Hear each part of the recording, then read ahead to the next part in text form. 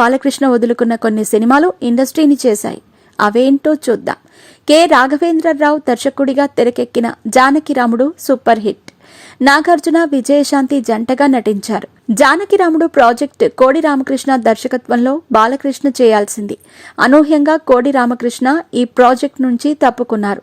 దాంతో బాలయ్య కూడా జానకిరాముడు చేయనన్నారు. బాలయ్యను వదులుకున్న మరొక చిత్రం చంటి.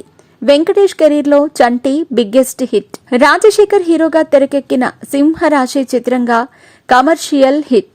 రాజశేఖర్ హుందాగా నటించి మెప్పించారు. అమ్మ సెంటిమెంట్ ప్రధానంగా తెరకెక్కిన సింహరాశి విజయం సాధించింది. ఈ మూవీకి మొదటి చాయిస్ బాలకృష్ణ అట. ఆయన రిజెక్ట్ చేయటంతో రాజశేఖర్ తలుపు తట్టింది. సింహాద్రి అనేక టాలీవుడ్ రికార్డ్స్ బ్రేక్ చేసింది. ఎన్టీఆర్ ని మాస్ హీరోల జాబితాలో చేర్చింది సింహాద్రి. కాగా ఫస్ట్ ఈ కథను రాజమౌళి బాలకృష్ణకు వినిపించారు. కానీ ఆయన ఆసక్తి చూపలేదు. రాజమౌళికి అప్పుడు అంతటి ఫేమ్ లేదు. ఈ కారణంగా బాలకృష్ణ సింహాద్రి ప్రాజెక్ట్ రద్దు చేశారు. పరాజయాలతో సతమతమవుతున్న రవితేజకు బ్రేక్ ఇచ్చిన చిత్రం క్రాక్. గోపీచంద్ మలినేని తెరకెక్కించిన ఈ మూవీ లాక్డౌన్ ఆంక్షల మధ్య విడుదలై కూడా మంచి వసూళ్లు రాబట్టింది. రవితేజ ఓ పవర్ఫుల్ పోలీస్ రోల్ చేశాడు. శృతి హాసన్ హీరోయిన్.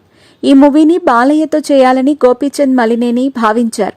బాలయ్య రిజెక్ట్ చేయటంతో రవితేజ వద్దకు పోయింది.